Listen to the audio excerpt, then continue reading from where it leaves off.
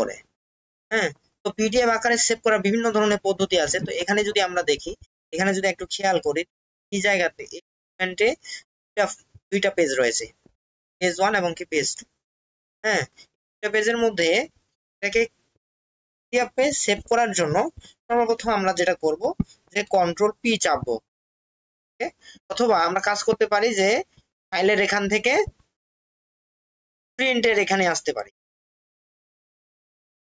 Print এখানে আসার পরে আমরা যে দেখতে পাচ্ছি এখানে প্রিন্টারের নাম দেওয়া আছে, এখানে একটা প্রিন্টারের নাম ইপসন L360, এটা আমরা দিতে পারি। অথবা এই জায়গাতে নিচের দিকে আমরা দেখতে পাবো যে মাইক্রোসফট প্রিন্ট টু পিডিএফ, ঠিক আছে, মাইক্রোসফট প্রিন্ট টু পিডিএফ এখানে যদি ক্লিক করি, তারপরে কিভাবে প্রিন্ট হবে, এই যে পেজের সাইজটা আমরা এখানে চাইলে দিতে পারি, অর্থাৎ কয়টা পেজ আমরা প্রিন্ট করতে চাচ্ছি। এখানে যদি আমরা পুরোটাই আমরা চাচ্ছি 2, এই জন্য প্রিন্টার এখানে যা আছে তাই থাকবে। তারপরে এটা কোন পেজে প্রিন্ট হবে, অর্থাৎ এটাকে আমি যে পিডিএফ এ সেভ করতেছি, তো এটা কোন সাইজে হবে, এটার সাইজ দিয়ে দিলাম, এটা আছে লেটার ছিল A4 করে দিলাম। তারপরে এখান থেকে প্রিন্টে ক্লিক,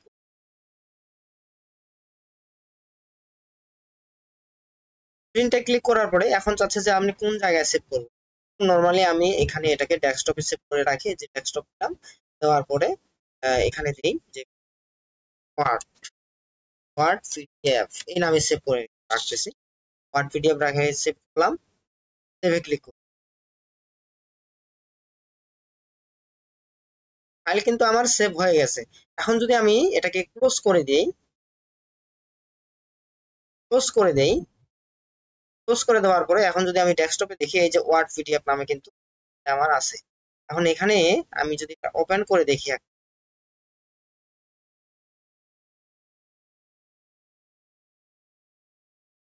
এই যে দুইটা পেজ, 1 of 2 পেজ যে পাইছি, এই দুইটা পেজই কিন্তু আমার এখানে সেভ হয়ে সেভ হয়েছে। তো এটা গেল একরকম পদ্ধতি। আরেকটা পদ্ধতি যেটা ছিল, সেটা হলো যেটা দেখালাম, সেটা হচ্ছে প্রিন্ট কমান্ড দিয়ে, অর্থাৎ কন্ট্রোল পি দিয়ে এটা পিডিএফ করা যায়। অথবা এখন যদি আমরা দেখি যে আরেকটা কমান্ড হচ্ছে, আগে আমি কয়েকটা পেজ নিয়ে নেই,